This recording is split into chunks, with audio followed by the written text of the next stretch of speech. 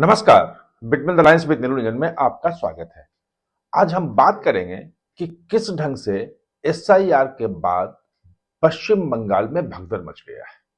बड़ी संख्या में जो घुसपैठिए हैं बांग्लादेशी और रोहिंग्या अवैध घुसपैठिए वो पश्चिम बंगाल छोड़ के भागने लगे हैं। इसके प्रमाण मिल रहे हैं। ममता बनर्जी पहले से कह रही थी कि हम नहीं होने देंगे, अभिषेक बनर्जी कह रहे थे नहीं होने देंगे। अब एसआईआर लागू हो गया है, फॉर्म जो है वो बंटना शुरू हो गया है और सबको भर के देना होगा। ये वहां पे और बहुत सारी चीजें चल रही हैं। जो इंटरनल जो खुफिया रिपोर्टें आ रही हैं उसमें बहुत बड़ी संख्या में वहां जन्म प्रमाण पत्र, आवासीय प्रमाण पत्र, तमाम तरह के दस्तावेज बनाए जा रहे हैं। कई दस्तावेज बैकडेट से बनाए जा रहे हैं, 15 साल 20 साल पुराने, ताकि ये दिखाया जा सके कि लंबे समय से यहां है। लेकिन है क्या कि चुनाव आयोग ने एक ऐसी चीज उसमें कर दी है कि बांग्लादेशी घुसपैठिए भाग रहे हैं कि अगर इसमें पकड़े गए तो सरकार डिटेंशन सेंटर में डाल देगी, जबरन बाहर कर देगी। जो बीरभूम का जो इलाका है, जिला है, वहां के एक इलम बाजार है, वहां में तो बैंक खाते बड़ी संख्या में लोग बंद करवा रहे हैं कि एसआईआर में अगर आ गया कि आप भारतीय नागरिक नहीं है तो बैंक खाते बंद हो जाएंगे। ये जो 3-4 जिले हैं उसमें, जिसमें 24 परगना है, नदिया है, मुर्शिदाबाद है, मालदा है, वहां पे जो घरों में काम करने वाली महिलाएं थी, खासतौर पे बांग्लादेशी अवैध जो आते हैं वही उन्हीं की महिलाएं थी, या रोहिंग्या, वो सब घरों में काम करना बंद कर दिया है। ये कहा जा रहा है कि वो भी वापस जा रहे हैं और जब एसआईआर हो जाएगा, चुनाव हो जाएगा, तब वो देखेंगे कि वापस आना है या नहीं आना है। वो पूरे मामले को कैसे, जो चुनाव आयोग का एक जो पश्चिम बंगाल समेत जो 12 राज्यों में अभी शुरू हुआ है एसआईआर, उसमें एक नया जो तरकीब निकाला है, उसने दरअसल में हड़कंप मचा दिया है। कोशिश हुई थी रोकने की, ममता बनर्जी सरकार की तरफ से लगातार कोशिश हो रही है कि इसको डिरेल किया जाए। आपको पता है कि 143 जो है बीएलओ, उन्होंने ज्वाइन करने से मना कर दिया था कि हम ज्वाइन नहीं करेंगे। अब एसआईआर की प्रक्रिया शुरू होनी है 4 नवंबर से, तो अगर वो ज्वाइन नहीं करेंगे तो फिर फॉर्म बांटेगा कौन, भर के लेगा कौन, जमा कौन करेगा। 143 बीएलओ ने, जब चुनाव आयोग ने कहा कि ये तमाम बीएलओ को सस्पेंड कर दिया जाएगा, और जब उनको लग गया कि सुप्रीम कोर्ट का फैसला है कि अगर चुनाव ड्यूटी लग गई है तो सस्पेंड करने का अधिकार भी चुनाव आयोग के पास है। भले आप राज्य सरकार के कर्मचारी हो, लेकिन अगर चुनाव के काम में आप लगे हैं और चुनाव आयोग ने आपको कहा है कि आप ज्वाइन करो, तो अगर कुछ भी करते हैं, गलत करते हैं, नहीं ज्वाइन करते हैं, चुनाव आयोग की बात नहीं मानते हैं, तो सस्पेंड करने का अधिकार चुनाव आयोग को है। तो वो सब के सब वापस आ गए हैं, सब ने ज्वाइन कर लिया है, ट्रेनिंग हो रही है और अब एसआईआर की प्रक्रिया जो है वो कभी भी वहां 4 तारीख से शुरू हो जाएगी। लेकिन जो पॉइंट जो चुनाव आयोग ने वहां जो खेल किया है वो दस्तावेज कहा ही नहीं। दस्तावेज तो वहां से रिपोर्ट आ रही है, ग्राउंड रिपोर्ट, जो खुफिया ब्यूरो की रिपोर्ट भी आ रही है, तमाम चीजें आ रही हैं कि बड़े पैमाने पे जो तृणमूल कांग्रेस के नेता हैं, जो कार्यकर्ता हैं, वो लोगों को आश्वस्त कर रहे हैं कि तुम्हारा नाम रहेगा, और उसके डॉक्यूमेंट्स भी बना रहे हैं। और डॉक्यूमेंट्स अगर एक बार हो गया, आधार को तो है ही, लेकिन जो सुप्रीम कोर्ट में जो हुआ था, जो पूरी बहस चली थी और सुप्रीम कोर्ट का जो जजमेंट आया था, जिसमें 12वें डॉक्यूमेंट के रूप में आधार को एक्सेप्ट करने के लिए कहा था, लेकिन उसमें यह था कि ये पहचान का प्रमाण पत्र है कि आपका ये नाम है, आपका ये बायोमेट्रिक है, आप भारतीय हैं या नहीं है, इसका पहचान नहीं हो सकता। बिहार में जो एसआईआर शुरू हुई थी तो फॉर्म के साथ ही सारे डॉक्यूमेंट मांगे जा रहे थे।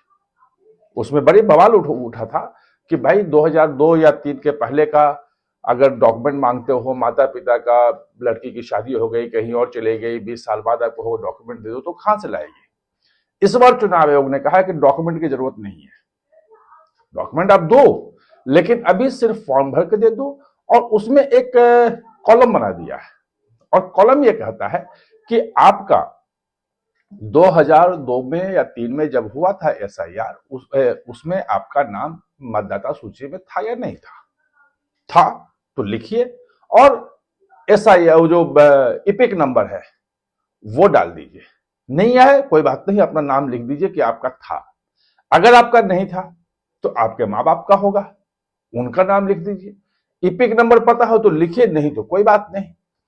अब चुनाव आयोग के पास पूरे देश में जितने भी मतदाता हैं सबका एक साथ डाटा मौजूद हो गया। पहले अलग अलग राज्यों में जो होता था, अलग अलग जो स्टेट के चीफ इलेक्शन ऑफिसर होते थे उनके पास होता था स्टेट वाइज। अब पूरे देश का एक साथ डाटा उपलब्ध है। यानी कि अगर आपने लिखा कि मेरे पिता का नाम यह है और 2002 के मतदाता सूची में उनका नाम था, तो नाम टाइप करते ही वो निकल आएगा कि किस बूथ पे कहां पे थे वो मतदाता। भले वो बंगाल में ना हो, बाहर भी हो, तो भी बंगाल में किसी भी इलाके में होंगे तो वो आ जाएगा। और जितने बीएलओ हैं उनको जो ट्रेनिंग दी जा रही है उसमें ये पार्ट महत्वपूर्ण है कि अगर 2002 में किसी के माँ बाप का नाम था तो कैसे हम सर्च करके बता दें। हो सकता है उसको नहीं मालूम है कि मेरे पिताजी या माताजी किस विधानसभा में थे। माइग्रेशन बहुत तेजी से होता है, 20-25 साल में 23 साल में बड़ा माइग्रेशन हुआ होगा, तो उनको नहीं मालूम होगा। कोई बात नहीं, बीएलओ को ट्रेनिंग दी जा रही है कैसे आप ढूंढेंगे। और ये जो ट्रिक है, जिसके माता पिता का या उसका नाम 2002 या 3 के एसआईआर में नहीं था मतदाता सूची में, वो सब का डॉक्यूमेंट चेक किया जाएगा।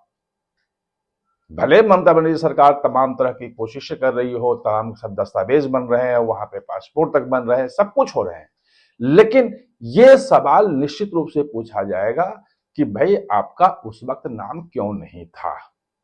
आपने देखा, मैंने पहले लगभग 20 दिन पहले मैंने वीडियो बनाया था, उसमें कहा था कि किस ढंग से 24 परगना में, मालदा में 60 साल से अधिक उम्र के लोग की बड़ी संख्या में वोटर लिस्ट में वो फॉर्म भर रहे हैं, फॉर्म 6 भर रहे हैं और वोटर लिस्ट में नाम डलवा रहे थे। क्योंकि एक बार एसआईआर की प्रक्रिया जब घोषणा की तो फ्रीज हो गया, उसके बाद कोई नाम हो नहीं सकता है। तो पहले ही वोटर लिस्ट में नाम डलवा लो, ताकि वोटर लिस्ट में एक बार नाम आ गया, सब कुछ है, दस्तावेज दे दिया तो आप निकाल नहीं सकते हैं। लेकिन इसमें भी खेल है कि आपको ये बताना पड़ेगा कि इस बार तो वोटर लिस्ट में 7 साल में दे दिया, 2002 में क्यों नहीं था।